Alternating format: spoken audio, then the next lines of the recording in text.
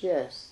And it's interesting that one of the things that I've written that is most quoted is this chapter in the book edited by Helen Roberts called Doing Feminist Research, which is the book on interviewing women, which she asked me to write. I never would have written it otherwise. And it provoked quite a lot of discussion in the literature, quite a lot of it quite critical, which I think is good, because the whole point about doing something and saying something is you want people to engage with it and point out where it was that you were wrong and so on.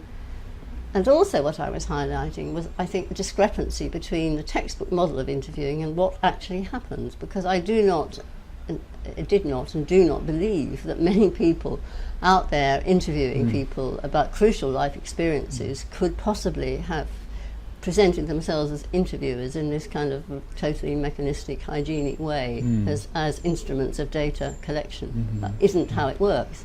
And indeed, people are not going to confide, they're not going to talk to you if they think you're not a person listening to them on a very basic level. So I found it a very unreal description, not only of what was happening in my bit of the research world, but of other people's practices of research. So would that apply, I mean, you wrote the article in terms of women interviewing women, but would it apply to the same things apply to women interviewing men and men interviewing men? Many of the same issues would apply, yes. They're about, how does an interviewer respond when somebody that he or she is interviewing asks a question? Well, some of the questions I was asked in the Becoming a Mother study, like, is it all right to leave a young baby alone in the house? Do you actually say, well, you should ask an expert about that? Or do you give an answer? Another one I remember is, can you avoid your baby having a cot death if you don't use a cot? I'm sorry, but you've got to go and ask an expert. And perhaps the question that most of all made me think about all of this was a young woman they were all having their first babies, who about 3 weeks before the baby was due asked me if I could tell her which hole the baby came out of.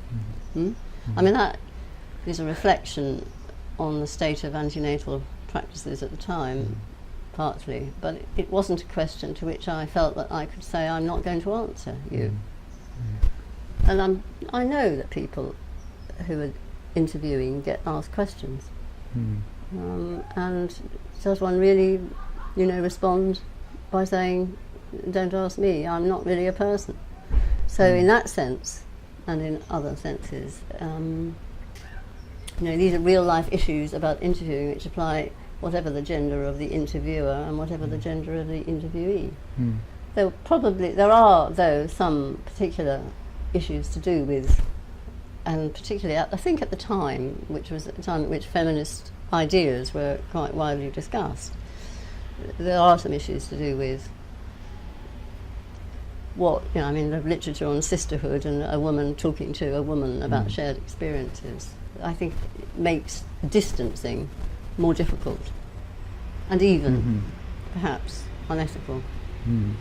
But I have said there and in other places, particularly in much of the stuff that I've written about experimental methods, that I think ultimately there is this tension between ethics and science in a lot of research. Yes. That to do what some people would regard as the ethical thing is to deviate from canons of good scientific method, and possibly vice versa. And it's a balance that we have to negotiate and think about. And it's the same for medical researchers, so nothing specific about social research.